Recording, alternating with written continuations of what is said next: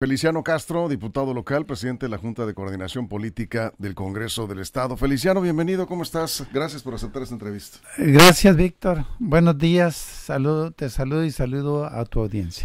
Bueno, pues queremos platicar contigo sobre dos o tres temas. De la reforma, las iniciativas, porque son varias, ¿no? Iniciativas de reforma o propuestas de reforma a la ley orgánica del Congreso del Estado. ¿Cómo vamos? Muy bien. Vamos en este mes a reformar la ley orgánica del Congreso del Estado. Sí.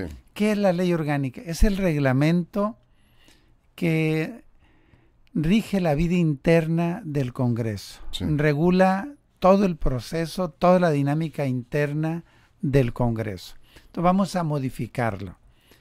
Hay 57 iniciativas. Ah, caray, no pensé que tantas. Son bastantes. Sí. Esto supone pues un proceso más o menos arduo, complejo, sí, porque hay que leer 57 documentos, pero no solo esos 57, sino la propia ley vigente, revisar la constitucionalidad de la propia ley orgánica, en fin. Nada más que aquí destaco lo siguiente. Hay propuestas integrales de reformas o bien hay propuestas que solo se refieren a un artículo. Cuando se reforma una ley, se define cuál es el objeto, es decir, para qué se hace esa reforma. Sí. Entonces, en ese sentido, quiero decir que de esas 57, 34 son del partido sinaloense. Solo que por cada artículo presentan una iniciativa. Entonces, estamos en eso, la vamos a sacar adelante. Son 34 iniciativas sobre la misma ley, diferentes artículos. Sí, diferentes artículos. Cuando bueno, en realidad puede ser una sola propuesta, sí, pues. ¿O se presentaron en diferentes legislaturas o es en esta legislatura? No, están vigentes para esta legislatura. Bien. Ahora, esa era la pregunta de entrada. ¿Qué quieren hacer con la ley orgánica? ¿Para qué? ¿Cuál es el objeto, digamos, central de esta reforma que se pretende concretar? Es mejorar el funcionamiento del Congreso. Por ejemplo, punto clave del Congreso, su naturaleza tiene que ver con las leyes.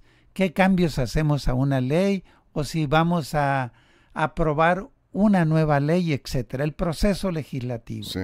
Y ahorita tenemos un problema.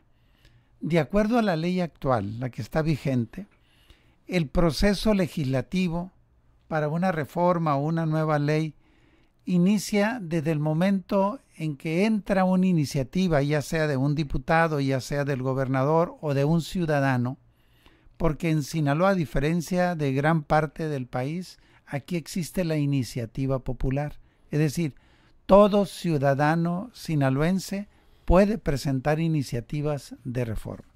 Entonces, estamos organizados por comisiones. Sí. La comisión de protocolo es la comisión encargada de revisar que las iniciativas presentadas reúnan los requisitos necesarios para que inicie el proceso. Aquí tenemos nuestro primer problema, que vamos a hacer un cambio. Resulta que comisión de protocolo debe ser un filtro donde se revise no solo la forma, sino garantizar que una iniciativa esté debidamente fundamentada, motivada, que se garantice la constitucionalidad de esa propuesta, que se asegure que le corresponde a este Congreso y no que sea materia federal, claro, lo cual ha propiciado, al no revisarse esto, que al Congreso ingresen muchas iniciativas que no reúnen los requisitos. Y esto va propiciando la acumulación de varias iniciativas que ahí están y que en realidad no le competen al Congreso, son materia federal o niegan los propios contenidos de la Constitución. Este es un aspecto que vamos a... Y eso no lo puede determinar el Congreso de entrada cuando se presenta una iniciativa, decir, no, esto no es objeto de... Bueno, hasta ahorita no. Eso es, tiene que darle entrada. Tiene que entrar cuidando las formas. Sí. Eso lo vamos a hacer. Uh-huh. La otra cuestión, Víctor. Dice la ley orgánica que una iniciativa debe de legislarse en 6 meses. Somos el único estado en el país donde tiene plazo esto. El Congreso de la Unión tampoco tiene plazos. Y esto coloca a una situación de hacer inviable el proceso legislativo. Hay una propuesta de retirar eso, entre muchas otras. Eso es. ¿Y esto de quitarle el plazo no va a aumentar la llamada congeladora del Congreso, donde van quedando y quedando iniciativas ahí por Mira, montones? sobre eso quiero compartirles que en esta legislatura hemos tomado varias definiciones. Abatir los rezagos, en este caso el rezago legislativo, Sí. o también llamado congeladora. Por ejemplo, en Sinaloa teníamos un rezago que tenía que ver con la revisión de las cuentas públicas. Había 2 años de retraso, de tal manera que esto implicaba más de 100 cuentas públicas acumuladas. Hicimos una reforma a la ley de la Auditoría Superior del Estado y entramos a un proceso para combatir el rezago en cuentas públicas. Ya lo logramos. Fue todo un esfuerzo en el que nos involucramos todos los diputados, todas las comisiones. ¿Ya están al corriente? Ya estamos al corriente. Ahora, sí, año fiscal cerrado, inmediatamente al siguiente año se revisa la cuenta pública. Y esto facilita el ejercicio, propicia el combate a cualquier situación de impunidad o tratar de ocultar alguna información. Entonces, en ese sentido, es lo mismo. Tenemos el propósito de abatir ese rezago. ¿Y qué hemos estado haciendo, Víctor? Hemos estado justamente detectando todo este conjunto de iniciativas que no reúnen los requisitos. Por eso en el Congreso ya estamos desechando iniciativas que no reúnen la condición legal constitucional de las mismas. Es al contrario. O sea, no es materia del Congreso local. Algunas. Algunas. ¿No? Bien, entre las iniciativas que ha presentado el partido sinaloense, el Grupo Parlamentario del Paz, está que el presidente de la Junta de Coordinación Política del órgano, digamos, pues de gobierno, ¿no? Del Congreso del Estado. ¿Es así? Sí. El presidente del Congreso, le llamo yo, pues, en pocas palabras, el cargo que ocupas ahí, no sea el mismo, del mismo partido del gobernador del Estado, o sea, que no sea del mismo partido del Ejecutivo. ¿Qué opinan ustedes sobre esto? Fuera de lugar la propuesta del Paz, por una razón muy elemental. En la conformación del Congreso, ¿cuál es el referente que debe tomarse en cuenta? ¿El voto ciudadano o la correlación de fuerzas o las discusiones internas entre los grupos parlamentarios? No, pues la voluntad expresada en las urnas. Exactamente. ¿No? Sí. Entonces, en ese sentido, el Congreso del Estado, de acuerdo al diseño constitucional, es la expresión del voto ciudadano. Por lo tanto, los órganos internos deben de corresponder a la voluntad ciudadana. No es un asunto de un capricho de un grupo parlamentario, de una fuerza política, sino la democracia se soporta en el voto ciudadano, un voto. Las fuerzas representadas en el Congreso deben obedecer al porcentaje de votos. Por lo tanto, esa propuesta sería tanto como agraviar la voluntad ciudadana. Eso es. Bien, pues mucho tendrán que discutir, analizar, estudiar en el Congreso. Quiero aprovechar la oportunidad también para preguntarte, ¿se te ha estado señalando como el autor de los estos folletos que se distribuyeron o panfletos que se distribuyeron durante la Marcha del Paz?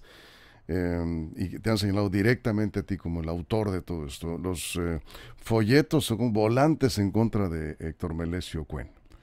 Qué bien que me preguntas eso, Víctor, muchas gracias. Primero decir que eso es falso, eso es una mentira. Bueno, los volantes son ciertos, ¿no? Ahí están, sí. Ahí aparecieron, sí. Ahí están los volantes. Sí. Lo que estoy diciendo que es falso y es una mentira, que en lo personal yo haya distribuido esa propaganda. Hay un principio elemental. Quien acusa está obligado a demostrarlo. Quien está obligado a presentar pruebas para demostrar es quien ha acusado, que es un diputado del Paz. Y en este sentido, me parece que toda la ciudadanía, la opinión pública merece respeto.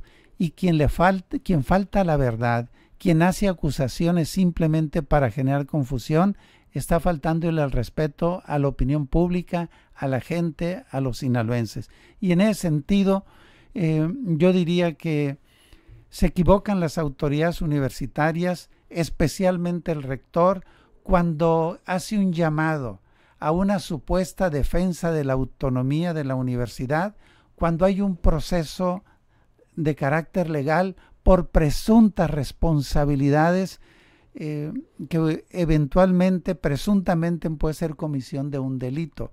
Lo que tiene que hacer el rector es demostrar su inocencia. Sin duda le asiste la presunción de inocencia, el derecho de audiencia, lo que es el debido proceso. Entonces lo que él tiene que hacer es demostrar ante el juez, a partir de las acusaciones del Ministerio Público, que le asiste la razón. Hacer un llamado a la defensa de la autonomía universitaria es propiciar confusión. No es correcto que instrumentalice la universidad. Una cosa es la universidad, los estudiantes, los profesores, los trabajadores, y otra muy distinta es la autoridad que está siendo señalada por presuntas responsabilidades. En ese sentido, esa marcha que se realiza, donde se distribuyen esos volantes, es donde se hace esa acusación. Reitero, es falso.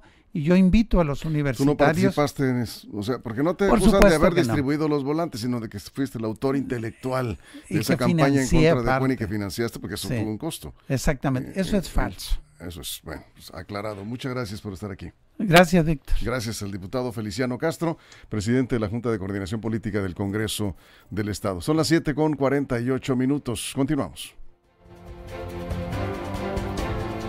Información confiable, segura y profesional.